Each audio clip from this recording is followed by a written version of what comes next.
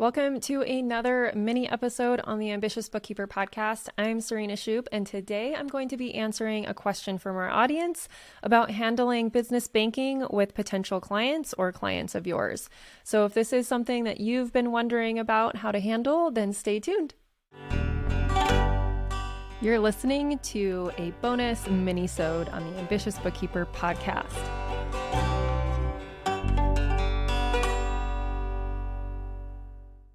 All right, in today's episode, I have gotten a recording from someone in the audience about business banking, so let's take a listen to it.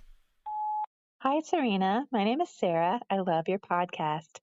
My question is, what if someone is using a bank that does not sync with either Xero or Quickbooks? Would you ask them to change banks, or would you offer them bookkeeping by Excel spreadsheets, or is there some kind of way around that, or would you say that you're not a very good fit?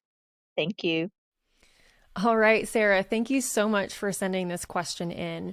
I have worked with clients and currently work with a couple of clients who have banks that don't integrate with Xero, and then the rest of our clients that do. So I'll let you know how we've approached this situation.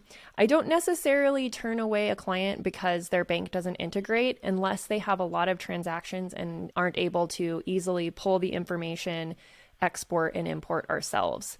In that case, even after we've used that as a process where we're going into their bank account, we must absolutely have access to be able to pull this information ourselves, by the way, or else it will never work. But even in this case, we still try to encourage the client to work with a bank that does integrate. But there's also sometimes clients that maybe for whatever reason, that's not an option. So, or maybe they don't want their banks integrated. So as long as they're okay paying a little bit extra for us to have to do the legwork and absolutely give us access to be able to pull those exports and import them, then that is something that we will do. I still like to have the conversation with the client, presenting them other options that will make things easier and more efficient for everybody.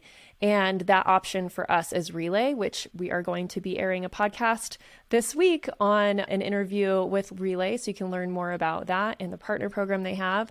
And I will also link Relay in the show notes or wherever you're watching this or listening so that you can get more information. What we love about Relay is it does have a direct feed with Xero, QuickBooks Online, and probably some other softwares. We have a partner portal, a lot like the QuickBooks Online Accountant portal and the Xero Partner portal, where we can see a list of all of our clients who bank with Relay and easily toggle between the clients. We can pull bank statements ourselves. We can manage the integrations. God forbid they break. We can also manage the integration with HubDoc so that the statements get automatically sent to HubDoc every month.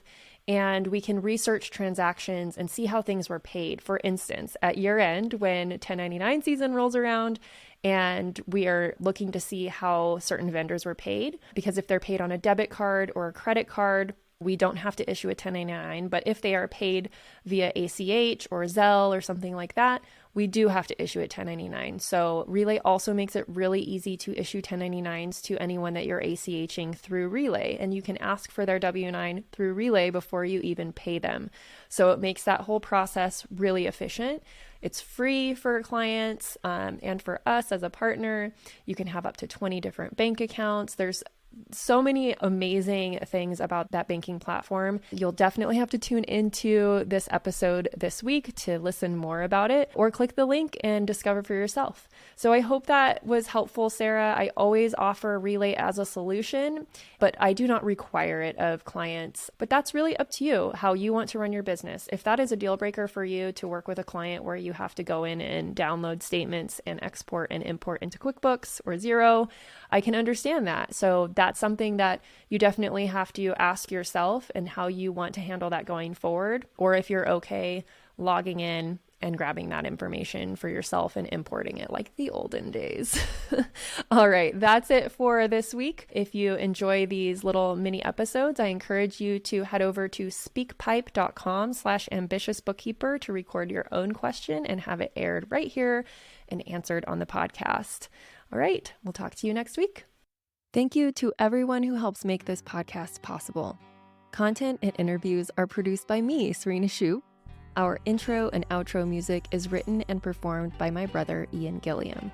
Editing is also by Ian using his awesome sound engineering skills along with Descript software.